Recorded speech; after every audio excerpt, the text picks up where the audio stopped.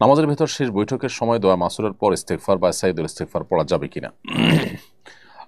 প্রথম কথা হলো যে নবী করিম সাল্লাল্লাহু আলাইহি ওয়াসাল্লামের একটি হাদিস রয়েছে, শেষ বৈঠকে আত্মীয়তা এবং দুরূদের পর নবী সাল্লাল্লাহু আলাইহি ওয়াসাল্লাম আল্লাহর কাছে বিভিন্ন চাওয়া পেশ করার জন্য আমাদেরকে নির্দেশনা দিয়েছেন। তিনি বলেছেন যে যেটি সহিহ বুখারীতে বর্ণিত হয়েছে, সুম্মা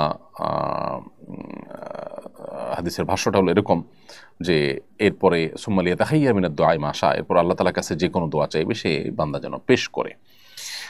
অতএব শেষ বৈঠকে আত্মীয়তা এবং দুরূদের পর দোয়া মাসুরা হিসেবে আল্লাহুম্মা ইন্নী যালামতু নাফসি যুলমান কাসীরা, যেটা আমরা পড়ে থাকি প্রসিদ্ধ দোয়া, এর পাশাপাশি দোয়া মাসুরা আর এইটির পাশাপাশি কোন হাদিস বর্ণিত যে কোনো দোয়া আপনি পড়তে পারবেন।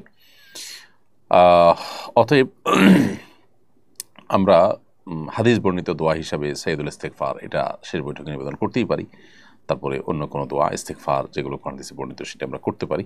তবে ফুকাহা হানাফ এক্ষেত্রে মানুষের কথার সাথে মিলে যায় এই টাইপের দোয়া, মানে যেগুলো মানুষ মানুষকে বলে এই জাতীয় কথা যেন না হয়, কোরআন হাদিসের ফরম্যাটের যে দোয়াগুলো আছে সেগুলো যেন হয় বিশেষভাবে, এবং মানুষের পারস্পরিক কথোপকথনের সাথে যেন না মিলে সেরকম দোয়া নিবেদন করার জন্য তারা বলে থাকেন।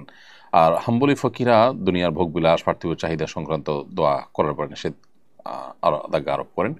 তবে হাদিসের যে ভাষ্যটা সেটা অবশ্য পরিষ্কার, সুম্মা লিয়াতাহাইয়া মিনাদ দুআ মা শা, নবী সাল্লাল্লাহু আলাইহি ওয়াসাল্লাম বলেছেন এরপরে যে কোনো দোয়া চাইবে বান্দা যেন নিবেদন করে। এখানে যে কোনো দোয়া বলতে কোরআন বা হাদিসে বর্ণিত দোয়া, নিজের ভাষায় বা মনোমত যে কোনো দোয়া শেষ বৈঠকে করা যাবে না।